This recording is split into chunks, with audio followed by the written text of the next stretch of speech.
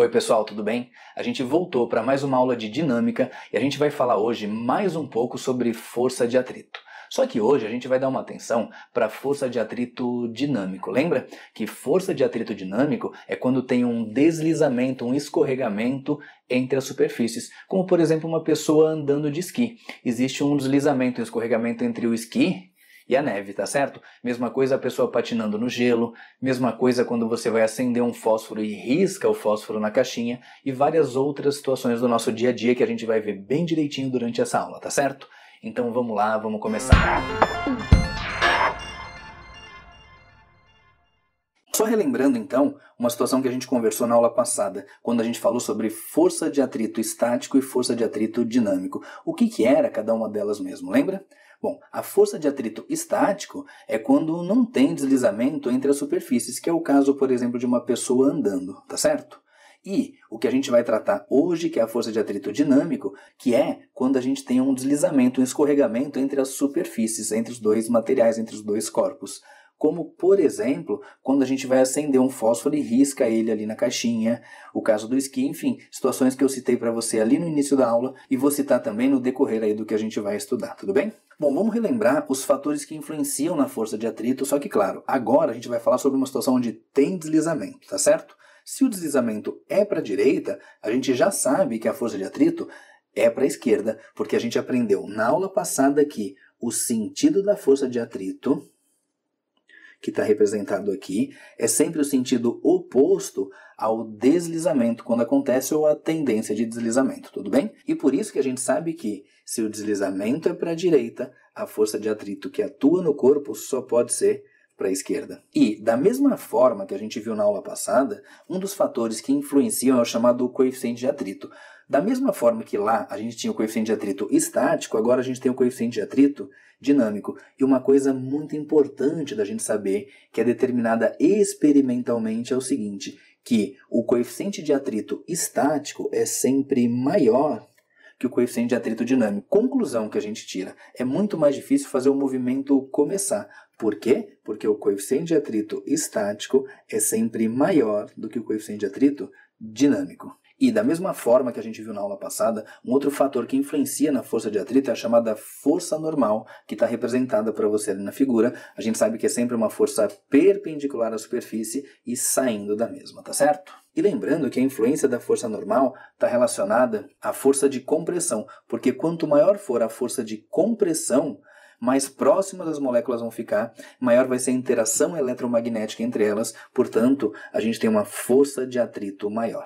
Para calcular a força de atrito dinâmico, a gente vai usar praticamente a mesma expressão que a gente viu na aula passada, vai ser para a gente o coeficiente de atrito dinâmico vezes a força normal. Agora, pessoal, uma análise bem importante da gente saber para as nossas provas de vestibular, para a prova do Enem, é o seguinte. Como a gente sabe que o coeficiente de atrito estático é sempre maior do que o coeficiente de atrito dinâmico, o que a gente pode concluir?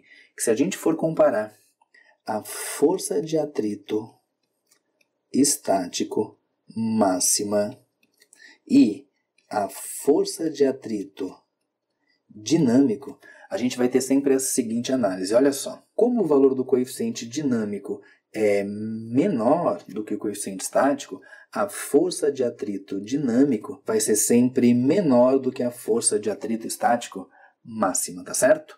Bom, essa análise da força de atrito estático máxima a gente fez na aula passada, por isso é fundamental que para que você consiga entender bem direitinho o atrito dinâmico, que você tenha assistido a nossa última aula. E para a gente conseguir fixar bem legal o que eu falei para vocês, vamos resolver agora alguns exercícios. Exercício 1. A tabela a seguir apresenta valores para a força aplicada pelo homem sobre a caixa, inicialmente em repouso. Sabendo que o μ estático é 0,8, o μ dinâmico é 0,6 e que a força normal vale 100 newtons, complete na tabela o valor da força de atrito para cada valor de força aplicada. Vou colocar para vocês ali então a tabela, o coeficiente de atrito estático, o coeficiente de atrito dinâmico, a força normal e a figurinha que a gente tinha representada. Bom, para a gente conseguir preencher essa tabela, vamos descobrir primeiro qual é o valor da força de atrito estático máximo e depois vamos calcular o valor da força de atrito dinâmico. Bom, pessoal, força de atrito estático máxima é o coeficiente de atrito estático vezes a força normal. Então, a nossa força de atrito estático máxima é igual a coeficiente de atrito estático é 0,8. Força normal vale 100 newtons. E aí, a força de atrito estático máximo é igual a 0,8 vezes 100, 80 newtons. E já vamos calcular a força de atrito dinâmico. A força de atrito dinâmico é o coeficiente dinâmico vezes a força normal. Aí, a força de atrito dinâmico vai dar. Coeficiente de atrito dinâmico foi passado para a gente, vale 0,6. E a força normal que foi dada, 100 newtons. E com isso a gente chega que a força de atrito dinâmico é igual a 0,6 vezes 100, 60 newtons. Bom, vamos lá. A caixa está em repouso, então a gente sabe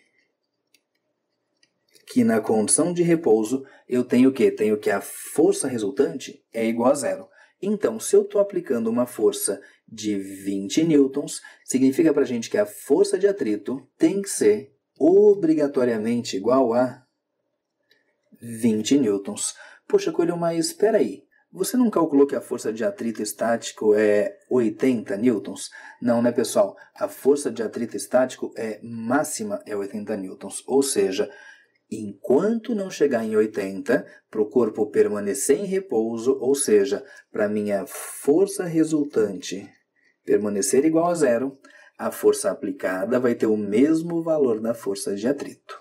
Então, por exemplo, no próximo caso, onde a força que eu estou aplicando é 40 newtons. Se eu estou aplicando 40 newtons, eu não cheguei ainda no meu limite, que é 80 newtons, ou seja, o corpo continua em repouso.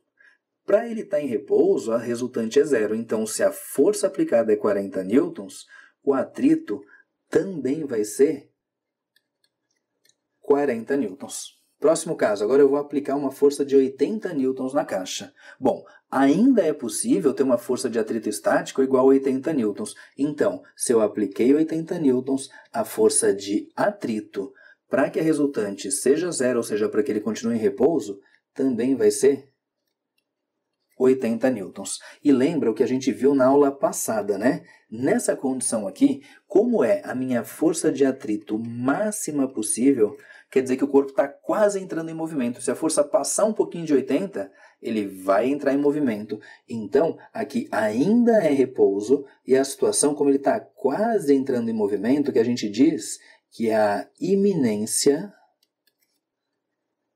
de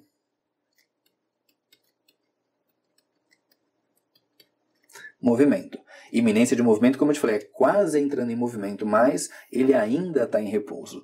Agora, olha o próximo caso, onde a força aplicada é de 100 newtons. O que acontece, pessoal? A força de atrito máxima estática é 80 newtons.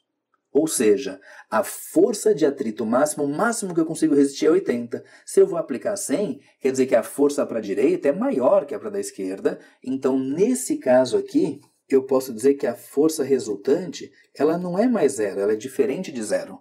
Bom, mas espera lá. Se a força resultante é diferente de zero e ele estava parado, eu apliquei uma força de 100 newtons, ela é maior do que a máxima força que pode resistir, quer dizer que o corpo vai entrar em movimento. Se ele entra em movimento, significa que eu não tenho mais repouso, ou seja, é a condição dinâmica, certo? Então, deixa de acontecer a situação do repouso. E no caso de um movimento entre as partes, entre as superfícies, eu tenho a minha força de atrito dinâmica agindo agora. E ela não varia, ela é sempre a mesma, ela é constante, e ela vale para a gente aqui 60 newtons. Essa é a diferença para os casos anteriores, tudo bem? A partir da hora que entrou em movimento, a força de atrito vai ser a força de atrito dinâmica. E aí essa força de atrito dinâmica tem um valor fixo, no caso para a gente, os 60 newtons. Tudo bem, pessoal? Exercício 2. A figura a seguir apresenta um bloco A de massa 5 kg que está apoiado em repouso sobre uma superfície plana e horizontal. A corda passa por uma polia ideal e na sua extremidade final existe um gancho de massa desprezível. Uma pessoa pendura um bloco B de massa 15 kg no gancho. Sabendo que o μ estático é 0,5 e o μ dinâmico é 0,4, determine a aceleração do sistema de blocos. Bom, pessoal, a gente está falando em aceleração, então a gente volta lá naquelas aulas que a gente aprendeu sobre os sistemas de blocos, tudo bem? Bom, primeira coisa que eu combinei lá com vocês era que a gente ia definir qual era o sentido do movimento. Como o bloco B está pendurado, ele vai arrastar o bloco A. E a gente vai dizer o quê? Que esse aqui é o sentido do movimento. E é o sentido que a gente vai considerar como sendo positivo na hora de fazer a análise das forças, tudo bem? Conclusão. Lá no corpo A, a gente vai considerar positivo para a direita. E seguindo o sentido do movimento, no corpo B, a gente vai considerar positivo para baixo. Agora, vamos desenhar as forças que a gente sabe que existem no sentido do movimento. Vamos lá? Vou começar pelo bloco B. No bloco B, para baixo, a gente tem o peso do B. Para cima, eu tenho a força de tração. Agora, olhando para a mesma corda que está presa lá no bloco A. Na corda, eu tenho também a força de tração, e eu vou deixar como T e T, porque a gente aprendeu lá nas aulas de sistema de blocos que se a corda é a mesma, a tração é a mesma, tudo bem? E como o bloco A está apoiado na superfície, a gente sabe que vai existir, no sentido oposto ao deslizamento ou à tendência de deslizamento, a nossa força de atrito. Agora, a primeira coisa que a gente tem que ter bem claro para ver se existe esse movimento que a gente representou aqui ou não. O que eu preciso? Para entrar em movimento, essa força de tração precisa ser maior do que a força de atrito estática máxima. Se ela for maior, aí a gente vai ter movimento. Se ela não for maior do que a força de atrito estática máxima, significa que o sistema vai estar em repouso, ou seja, não tem aceleração. Então, para isso, vamos começar calculando a força de atrito estático máxima. A gente sabe que é só fazer o μ estático vezes a normal. A normal aonde? No bloco A. E por que no bloco A? Porque é o bloco A que está apoiado na superfície. Bom, para a gente calcular a força de atrito estático, eu já tenho o coeficiente estático, que vale 0,5. Agora, a normal A.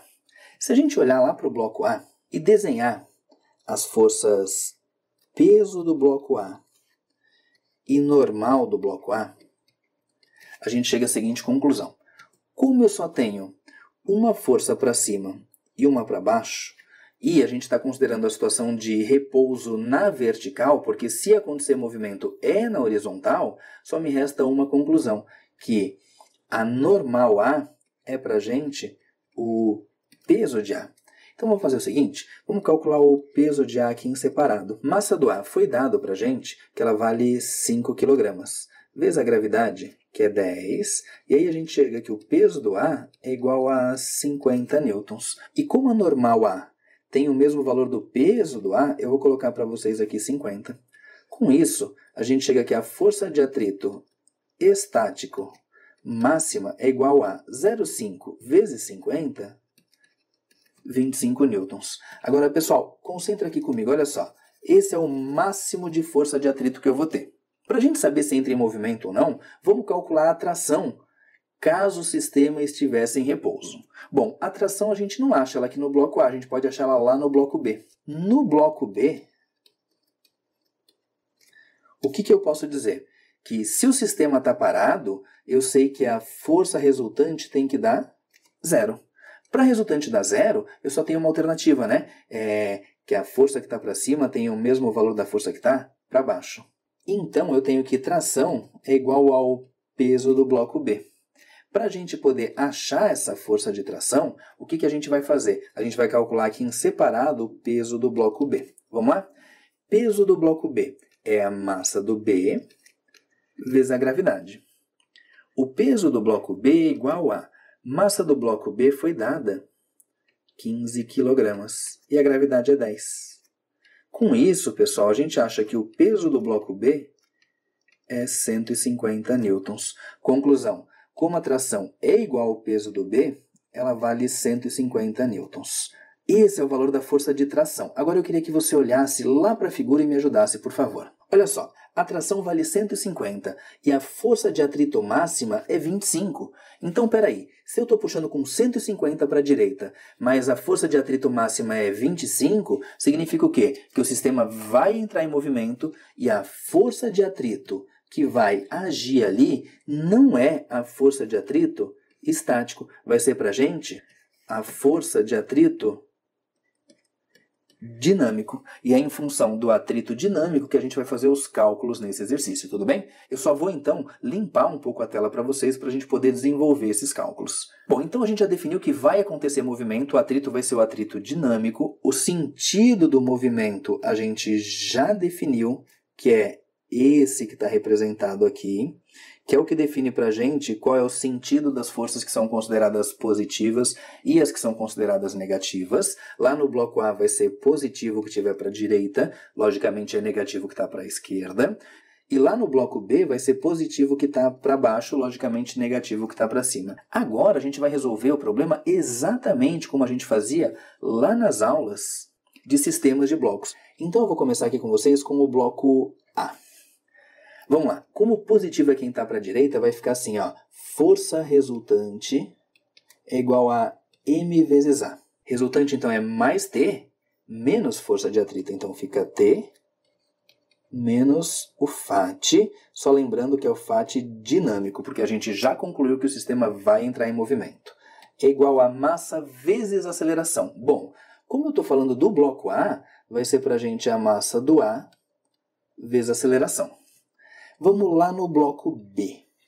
No bloco B, a gente vai fazer o quê? Olha só, de novo, olhando lá para o bloco B, eu tenho peso e tração. Como o peso está para baixo e a gente definiu que vai considerar para baixo positivo porque está a favor do movimento, então eu vou fazer assim, ó, é peso do B menos a força que está para o outro lado, que é a tração.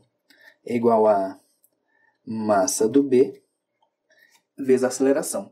E lá nas aulas de sistema de blocos, a gente aprendeu que, além das equações dos bloquinhos, a gente vai fazer uma equação que é a soma delas, que eu vou chamar de equação C para vocês. Então vamos lá. Quando a gente soma as duas equações, observa ali o quê? Que o T com o menos T vai simplificar. Então eu não vou colocar nada aqui embaixo. Aí sobrou para a gente o quê? Sobrou para a gente peso de B menos a força de atrito dinâmico é igual a massa do A e massa do B, eu posso colocar em evidência, vezes a aceleração. Agora, pessoal, olha só. A aceleração é quem eu quero achar. Eu já sei a massa do A, já sei a massa do B e já sei o peso do B. Para a gente encontrar a aceleração, só falta a força de atrito dinâmico lá no bloco A. E é isso que a gente vai encontrar agora. Então vem aqui comigo, olha só. Força de atrito é dinâmico. É o quê? É um μ dinâmico vezes a força normal. Força normal no bloco A, porque é o bloco A que está apoiado na superfície. Continuando, então. A força de atrito dinâmico no bloco A é igual a coeficiente de atrito dinâmico. O coeficiente de atrito dinâmico é 0,4.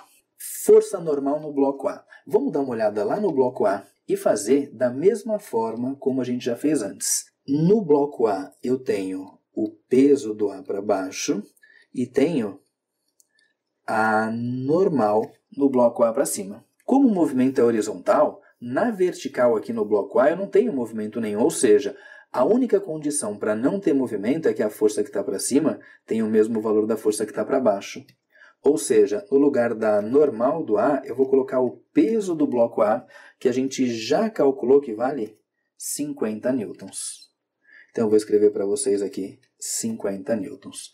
E com isso a gente chega aqui a força de atrito dinâmico é igual a 0,4 vezes 50 vai dar para a gente 20 newtons. Então eu já sei o valor da força de atrito dinâmico. E agora, se a gente olhar para a equação, a gente sabe todos os termos menos a aceleração. Então, usando a equação C, a gente pode escrever que peso do B menos força de atrito dinâmico é igual a massa do A mais massa do B vezes aceleração. Peso do B. A gente já calculou o peso do B, ele vale 150 newtons. Então vamos anotar aqui 150. Menos força de atrito dinâmico. A gente acabou de calcular, ela vale 20 newtons. Então vamos anotar aqui menos 20. É igual a massa do A mais massa do B. A massa do A é 5 kg e a massa do B é 15 kg vezes A. 150 menos 20 vai dar para a gente 130. É igual a 5 mais 15 dá 20 vezes A. E aí, se a gente isolar o A, a gente chega que A é igual a... Esse 20 que está aqui multiplicando pode ser escrito do outro lado dividindo. Então fica para a gente que A é igual a 130 dividido por 20.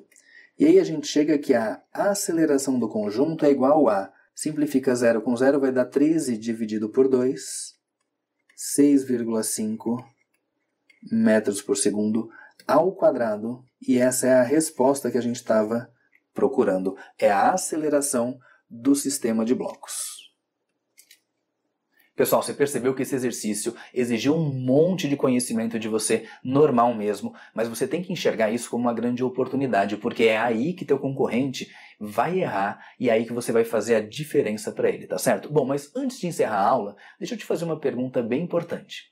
Quando um carro está freando, me diz uma coisa bem importante. A força de atrito que está agindo ali é uma força de atrito estático ou força de atrito dinâmico? E aí, decide, vamos lá.